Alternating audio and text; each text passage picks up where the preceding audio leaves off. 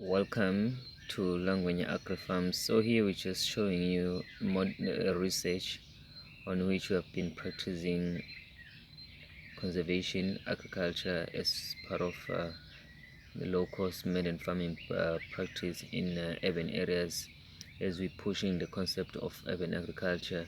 So here we actually been using the weeds as some form of a mulch, and for the past 5 days we have been having some rain, in which there's been some kind of outbreak of disease because the weeds have been holding a lot of moisture.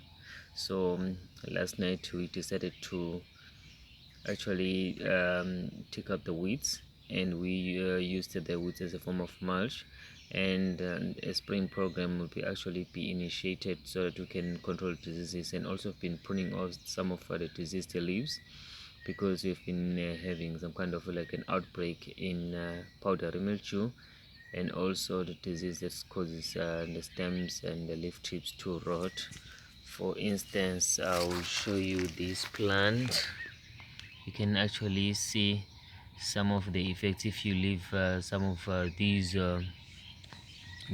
fleshy weeds to grow bigger, because they tend to host this kind of a disease and this black rot, and then it spreads to plants. So that's why it has to be kept under control.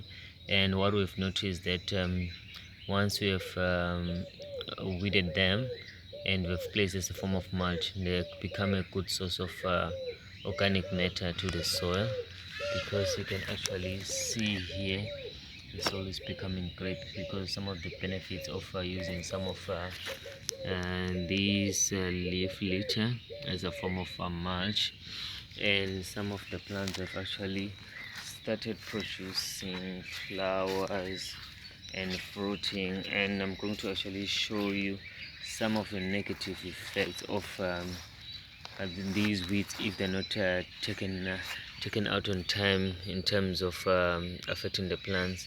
So here you can actually see its effect on the stem, on the fly, yes, and also here some of the initiation of a powdery mildew, and then you can actually see these flowers that are been affected by disease. But definitely it has shown to be a lot of benefits of the system, because they've been reduced in reduction in terms of the amount of fertilizers and water applied, and that has cut down in terms of cost of production.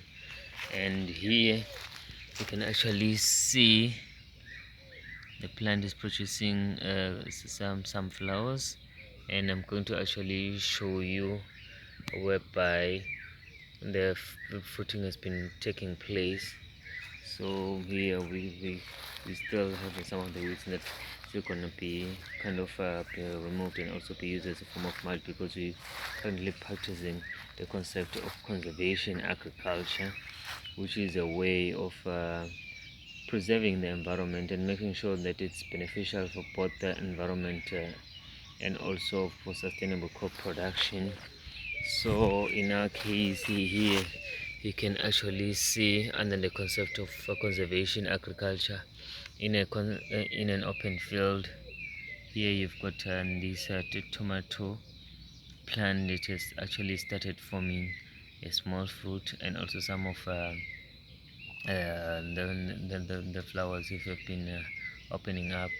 At the moment, we haven't recorded any flower abortion yet, except in the plants that has been actually been affected by the rotting of the stem and the leaf tips. So those are the only things that have actually not been able to quickly address.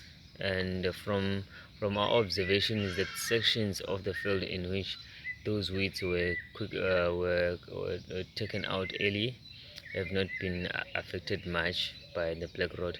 And we've been actually practicing the concept of pruning all diseased leaves instead of spraying, and it has actually found that it has been working.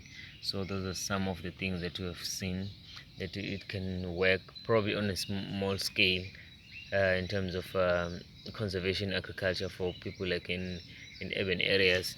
So here, for instance, after heavy rains, and we having here like this leaf that's affected by powder ratio.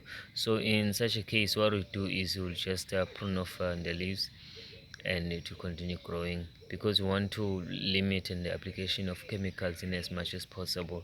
But so far so good, and we've seen good results in terms of the benefits of conservation agriculture in production of tomatoes and also in production of spinach.